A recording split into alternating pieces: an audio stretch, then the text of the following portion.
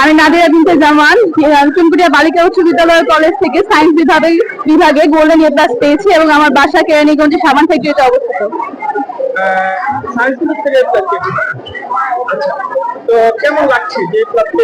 আমি খুবই আনন্দিত গর্বিত। আসলে প্রত্যেকটা মানুষের স্বপ্ন দেখে এবং পরিশ্রম করে যে শিখে যে সেও একজন গোল্ডেন এ প্লাস পাবে বা এ প্লাস পাবে, জিপিএ 5 পাবে, যেটা দিয়ে তার স্বপ্নের দিকে এগিয়ে যেতে পারে।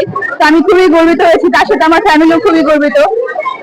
সবচেয়ে বেশি অবদান কার ছিল মনে করেন? সবচেয়ে বেশি অবদান ছিল আমার আম্মুর। আমার আম্মু নিজে একজন চাকরিজীবী, স্কুলে একজন টিচার, কিন্তু আমার আম্মু আমার প্রতি অনেক বেশি এফোর্ট দিয়েছে এবং তারপর আমার অবদান ছিল টিচারদের গাইডেন্স খুবই দরকার। একটা টিচার, একটা স্কুলের টিচার হোক, বাসার টিচার হোক, প্রত্যেকটা টিচারের গাইডেন্স একটা স্টুডেন্টের জন্য খুবই প্রয়োজনীয়।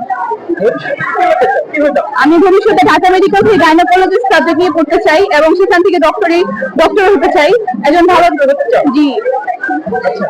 সেক্ষেত্রে ডক্টর হয়ে তুমি কি জনগণের সেবা করবা নাকি নিজের ঘর বাড়ি নিজের পেশায় তৈরি করবা?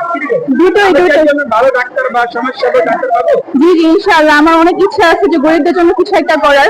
তাছাড়া আমার আরো স্বপ্ন আছে যে গ্রামে যে কিছু একটা ফ্যাসিলিটিস দেওয়া, যেহেতু গ্রামে ডক্টরদের তুলনামূলক একটু কম বা সুবিধা কম আছে তার জন্য আমি গ্রামে যে ভালো কিছু করতে চাই।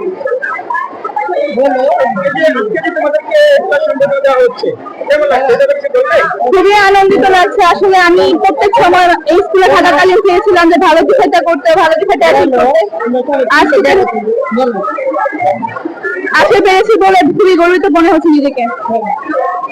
আচ্ছা, ঠিক আছে।